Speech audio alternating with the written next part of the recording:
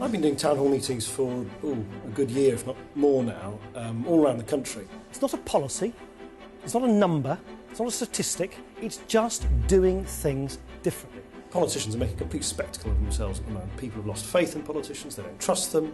This is just one attempt to try and cut through that and say, look, just come and talk to me. Anybody can come, ask me anything. There's no spin. I don't know what the questions are. What they really value is simply being listened to and having the opportunity to say what they want, to get stuff off their chest. I hope this kind of thing brings some of what our democracy is about to life.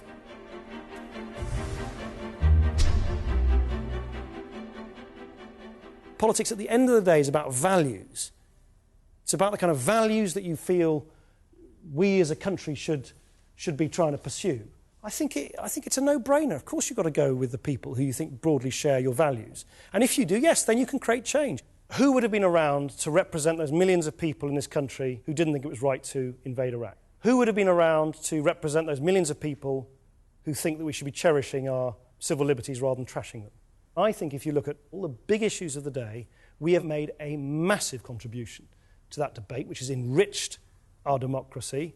I wouldn't be standing here in front of you, I really wouldn't be, if I didn't think that the only way we're going to do things differently is by not simply playing Tweedledee, Tweedledum with the old establishment parties. I personally think the Labour Party is in terrible, terrible trouble now, completely lost its way, doesn't know what it's in politics for. I don't believe people think that anything would really be that different under the Conservatives. So I think it's a great opportunity. But yes, it's my job and that of my colleagues to get out there and explain to people that they shouldn't just shrug their shoulders, that there is a chance for change.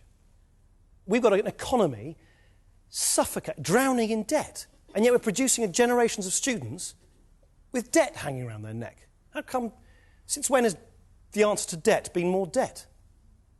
That's why I'm still implacably opposed to tuition fees, because I think you're just churning people out of college and university when they should be as optimistic and lively and happy about their futures, liberated to really get ahead, and instead they're way down with this dead weight of debt.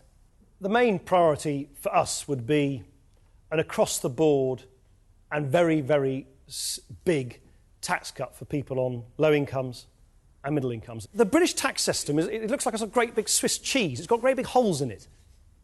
But the only people who can exploit those holes, those loopholes, are the very rich, who can pay fancy accountants, or big companies. The government itself has admitted that these loopholes are losing us as a nation about £40 billion. It's almost an unimaginable sum every year.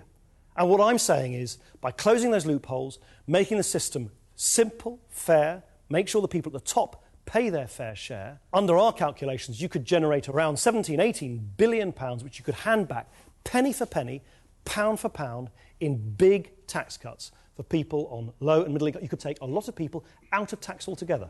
Thanks very much.